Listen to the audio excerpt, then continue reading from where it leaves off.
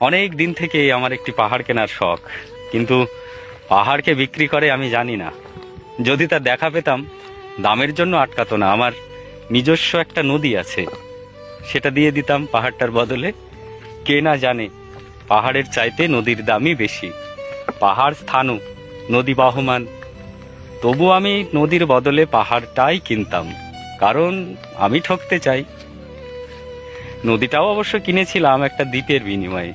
ছেলেবেলায় আমার বেশ ছোট্টখাটো ছিমছাম একটা দ্বীপ ছিল, সেখানে অসংখ্য প্রজাপতি। শৈশবে দ্বীপটি ছিল আমার বড় প্রিয়। আমার যৌবনে দ্বীপটি আমার কাছে মাপে ছোট লাগলো। প্রবাহমান ছিপছিপে তন্নি নদীটি বেশ পছন্দ হলো আমার। বন্ধুরা বলল, ওইটুকু একটা দ্বীপের বিনিময়ে এত বড় একটা নদী পেয়েছিস, খুব জিতেছিস তো মাইরি। তখন জয়ের আনন্দে আমি বিহ্বল হতাম। তখন সত্যি আমি ভালোবাসতাম নদীটিকে। নদী আমার অনেক প্রশ্নের উত্তর দিত, যেমন, বলতো আজ এখানে সন্ধ্যাবেলা বৃষ্টি হবে কিনা। সে বলতো, আজ এখানে দক্ষিণ গরম হাওয়া, শুধু ছোট্ট একটা দ্বীপে বৃষ্টি। সে কি প্রবল বৃষ্টি, যেন একটা উৎসব। সেই দ্বীপে আমি আর যেতে পারিনি। সে জানতো, সবাই জানে, শৈশবে আর ফেরা যায় না।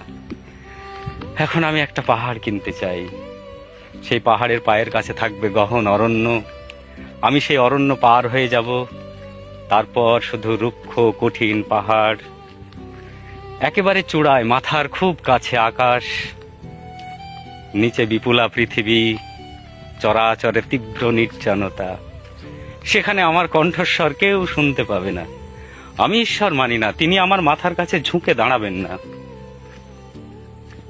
আমি শুধু 10 দিককে উদ্দেশ্য করে বলবো, প্রত্যেক মানুষই অহংকারী। এখানে আমি একা, এখানে আমার কোনো অহংকার নেই। এখানে জয়ী হওয়ার বদলে ক্ষমা চাইতে ভালো লাগে। হে 10 দিক, আমি কোনো দোষ করিনি, আমাকে ক্ষমা করো।